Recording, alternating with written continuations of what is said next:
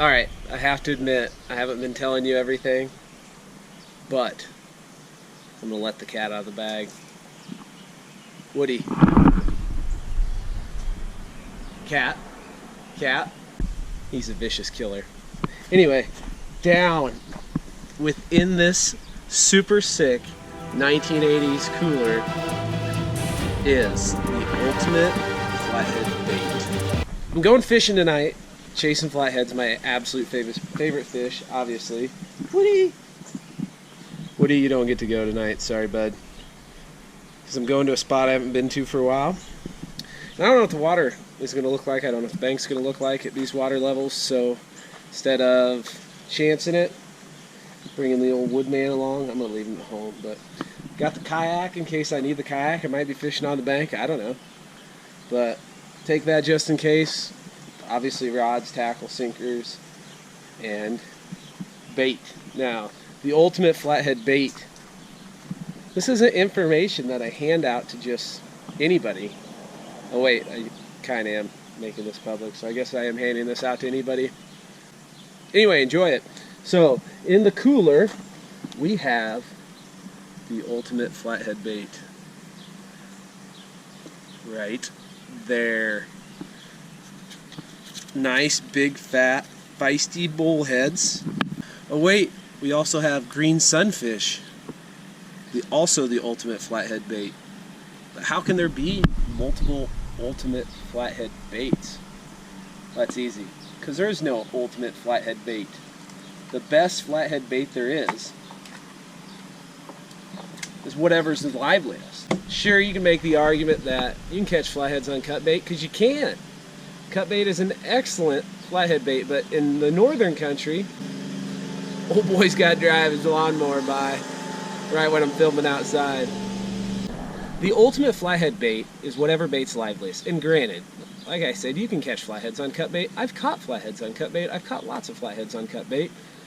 But north of blue cat country, where it's just flatheads and channel cats, there really is no substitute for live bait, especially during the summer.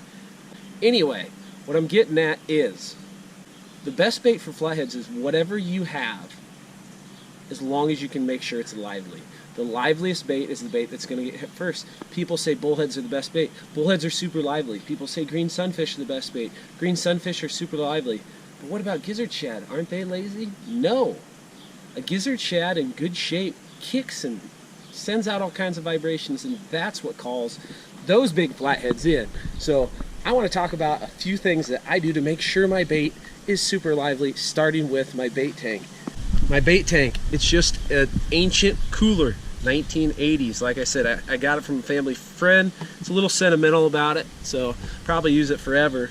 But that's the thing, you don't need anything fancy, but you do need something that insulates your water.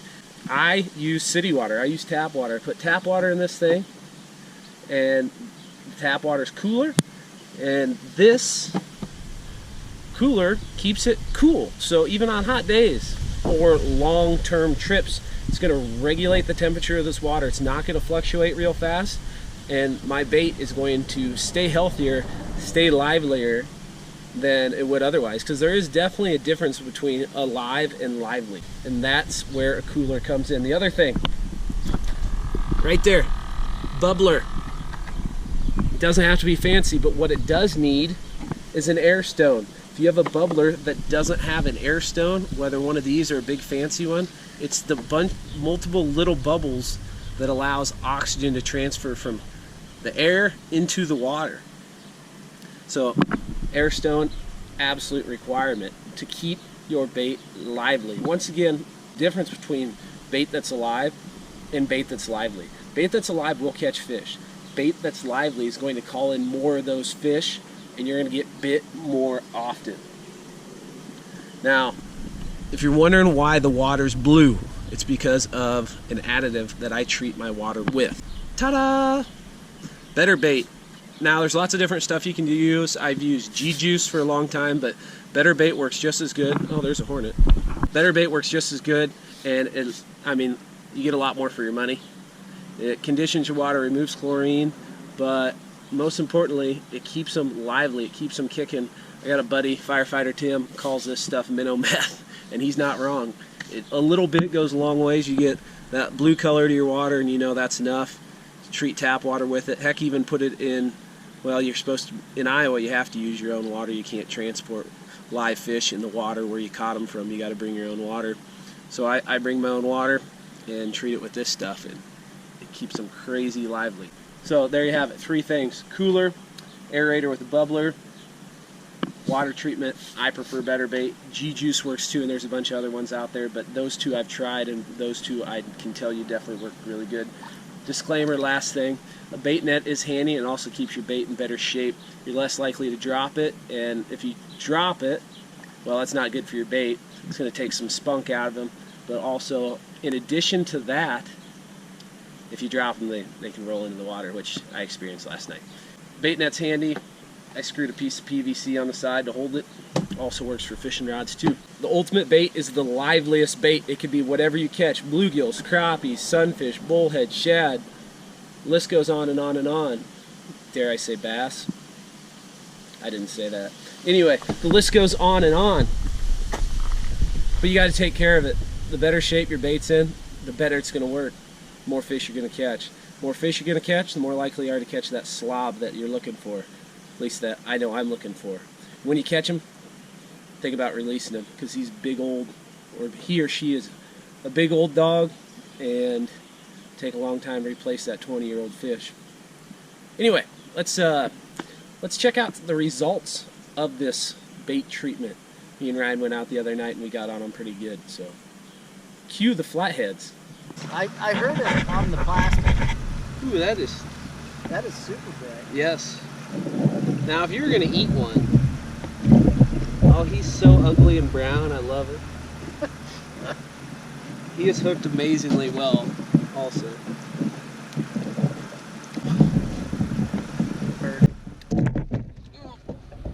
He's a jerk. He also ate a bait that was way too big for him. I think I called this one. I said either this one or yours. Yeah. And I don't like that you're right. I was right the wrong direction. You were. Flathead. Now, last time we went fishing, the first fish was the biggest of the trip, so we're in trouble. Ooh. Buddy. Alright, I'm going to let him go real quick. See it. Oh, thanks for that. Oh, he's behind us. He's going up the creek. Oh, alright. Like to elaborate what happened? Your bullhead looks pretty good. Yeah, he's good. He's going back in. He's going back in? So, I set a ditty pole with a lighted bobber on. Right at your feet? And literally, I mean, the only slack water next to my kayak is right at my kayak. So we're talking about how cool it'd be. This nice 8-inch bullhead gets smashed right at my feet. It was pretty cool. It was pretty cool. Yeah. He wasn't a monster, but it was a... He was pretty good. I would have liked to see. He was teens. He was high teens. Quit making me try to feel bad. He was at least high teens. He was not. Low I 20s. felt him. Low 20s. I felt him. I saw the splash. He was in 40-mile-an-hour current. He's going to come back. I'd take him. Because he loves it. I would have took him. Well, yeah, because you just caught a baby. Shut up. Ryan is on with apparently a big boy. Keep that line He's not tight. big, but he's decent. I can't believe that. He's teens. Oh, he's around your kayak. Yeah.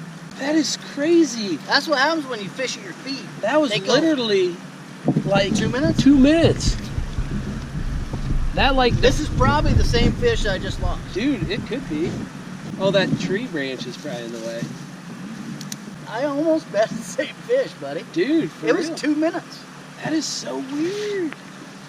I guess they're tuned up for the whole pre-spawn. Can't guess them until you weigh them. Come on, man. It ain't worth it. 15. 15, good enough for me. See you, bud. The bullhead's gone. Yes, but Well, we have more. it was the second gulp that made it disappear. Gosh, that is... I've never It seen... wasn't 2 minutes. Have you seen that ever? No. I've never seen that. But have you fished at your feet very often? Yeah. I run the Diddy pole But pretty regularly. this is literally the only slack water in the area. That's true. But So usually, he nailed it. but you And hook just him. sat there. I did hook him out, and he splashed out there. Yeah. He came right back in. But I mean, you think that's the same Well, fish. that's true. And I mean, it could be, but it might not be. I'm Yeah. assuming you want another bull. Yes, sir. Yeah, that was crazy. There And you my go. fish was bigger than yours. So. Substantially, like 3 times bigger. You don't think it's a beaver? I don't think it's a beaver this time. He's in it still. Should probably turn that light off so I can see what I'm doing. It's still pretty rough. Now I can turn that light on. Alright, come here, bud. Oh, Mine was bigger. no way. Alright, yours might be a few pounds bigger. I think that might be it. Just a few pounds. There you go, bud. And they are getting bigger this time instead of smaller. Right? That's what we're looking at right there. I can't complain. That's funny. That's my fish. I take them every single time. See you, bud. Ugh.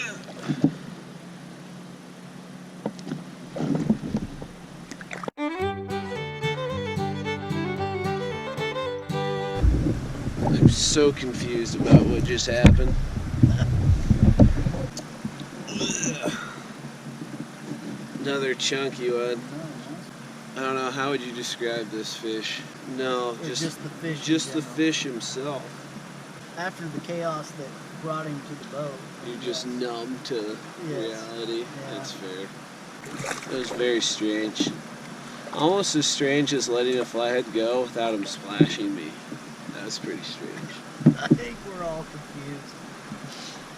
So I set the hook on a rod, and the fish had actually eaten the bait on a different rod, and it somehow ran the line into the other rod and made that rod go, so I thought that was the rod that had the bite. At least I think that's what happened. I really have no idea. Yeah.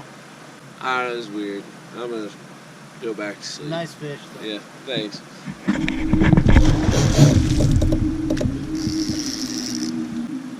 The Golden Creek chub strikes. 2 for 2. He said they were lucky baits. He did. Not wrong. Yeah, the 2 biggest fish on creek chubs.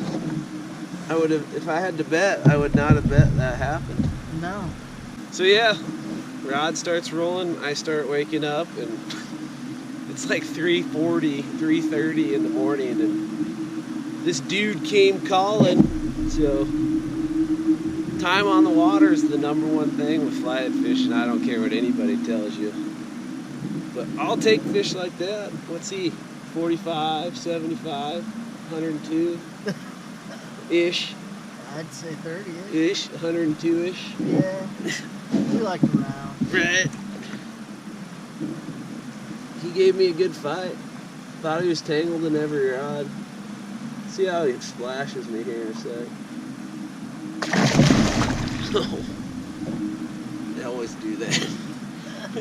So it's a good thing that that fish woke us up, because we had a thunderstorm pop up.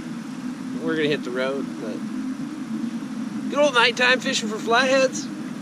Pick the right night, good things to happen, like tonight. And then you pick the wrong night. There is no wrong night. It's just time spent outdoors with people you enjoy spending time with. Yeah, no, you kick my But Hope you enjoy the video. Appreciate you watching. Hope you catch a giant. We're gonna try not to get poured on or electrocuted.